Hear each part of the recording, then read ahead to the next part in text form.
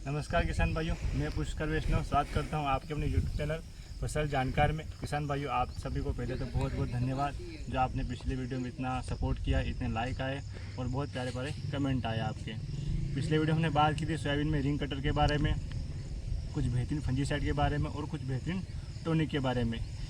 किसान मित्रों, सोयाबीन की फसल लगभग 45 से 50 दिन की होने को आई है और यही टाइम है सोयाबीन में फूल आने का और यही टाइम है सोयाबीन में हेवी इल्ली का अटैक होने का। आज हम इस वीडियो में बात करेंगे सोयाबीन में से कौन से कीटनाशक है, कौन से फफूंदनाशी है और कौन सी ऐसी टॉनिक है जिनको आप फूलों की अवस्था में स्प्रे कर सकते हो, फूलों की संख्या को बढ़ा सकते हैं, और ऐसे कौन से इंसेक्टिसाइड है जिनको आप फूलों की अवस्था में स्प्रे नहीं करें, ये फूलों पर बहुत ज़्यादा असर दिखाते हैं।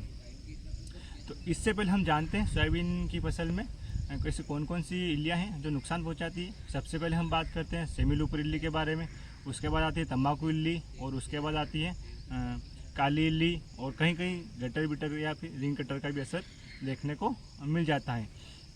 रस चूसे की हम बात करें तो कहीं कहीं आपको सफ़ेद मक्खी का भी असर देखने को मिल जाता है। सफ़ेद मक्खी कहीं ना कहीं येलो मोज़ेक वायरस का भी वाहक है और सोयाबीन में पीलासपन का भी कहीं ना कहीं कारण सफ़ेद मक्खी होती है, इससे ही येलो मोज़ेक वायरस फैलता है। यह तो हो गए सोयाबीन में लगने वाले कुछ इल्लियाँ और रस चूसे कीटों के बारे में बात। आगे हम बात करते हैं सोयाबीन में से कौन से इंसेक्टिसाइड है जिनको आप उपयोग कर सकते हैं और सोयाबीन के फूलों पर भी कोई नुकसान नहीं पहुंचता है। आपको ऑर्गेनोफॉस्फेट जो इंसेक्टिसाइड आते हैं उनको थोड़ा इग्नोर करना है, उनका उपयोग आपको सोयाबीन की अवस्था में नहीं करना है। आगे बात करेंगे हम और कौन से ऐसे कीटनाशक जिनका उपयोग आप फूलों की अवस्था में नहीं करें तो आपके लिए फ़ायदेमंद होगा।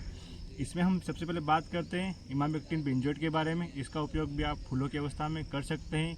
इसका डोज आपको 120 ग्राम प्रति एकड़ के हिसाब से आप ले सकते हैं। इसके बाद हम बात करते हैं किंग डोक्सा के बारे में, जो जिसमें टेक्निकल की बात करें तो इंडोक्सा कार्ब 14% आता है, आप इसका भी उपयोग कर सकते हैं।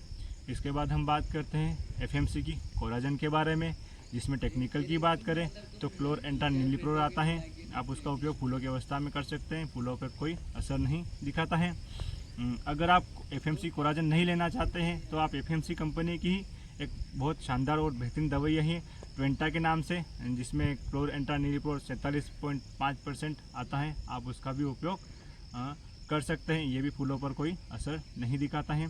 उसके बाद बात करते हैं हम यूपीएल कंपनी की अटाब्रोन के बारे में, जिसमें टेक्निकल की बात करें तो क्लियोरफ्यूजारोन आता है, आप उसका उपयोग कर सकते हैं। ये अटाबोन सोयाबीन में लगने वाली इल्ली की मोल्टिंग प्रक्रिया को रोक देती हैं, या फिर कह सकते हैं कि त्वचा परिवर्तन करने की प्रक्रिया को रोक देती हैं, जिससे धीरे धीरे करके इल्ली ख़त्म होने लगती हैं। ये तो कुछ केमिकल बेस्ड इंसेक्टिसाइड के बारे में बात। अगर आप बायो बेस्ड प्रोडक्ट लेना चाहते हैं तो आप नीम ऑयल या फिर एजाडिरेक्टिन 10,000 ppm का उपयोग कर सकते हैं। अगर आप एजाडिरेक्टिन लेते हैं तो आप ओएसिस कंपनी की सिस्टोरा ले सकते हैं, ये बहुत बेहतरीन दवाई है और ये इल्लियों में रेसिस्टेंट पावर को भी नहीं बढ़ाती है। इसके डोज की बात करें तो 200 ml प्रति एकड़ के हिसाब से आप इसका उपयोग कर सकते हैं। ये तो हो गई सोयाबीन की अवस्था में, फूलों की अवस्था में सोयाबीन में कुछ बेहतरीन कीटनाशक के बारे में बात। आगे हम बात करते हैं ऐसे कौन से प्रोडक्ट हैं जिनको आप फूलों की अवस्था में स्प्रे नहीं करें।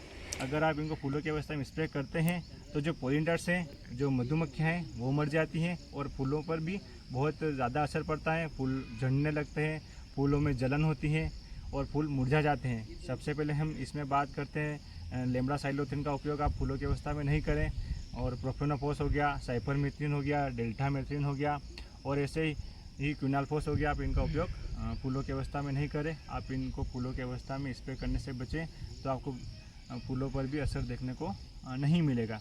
ये तो हो गई सोयाबीन में ऐसे कौन से इंसेक्टिसाइड हैं जो इनको फूलों की अवस्था में स्प्रे करें और ऐसे कौन सी इंसेक्टिसाइड हैं जिनको फूलों की अवस्था में स्प्रे नहीं करें।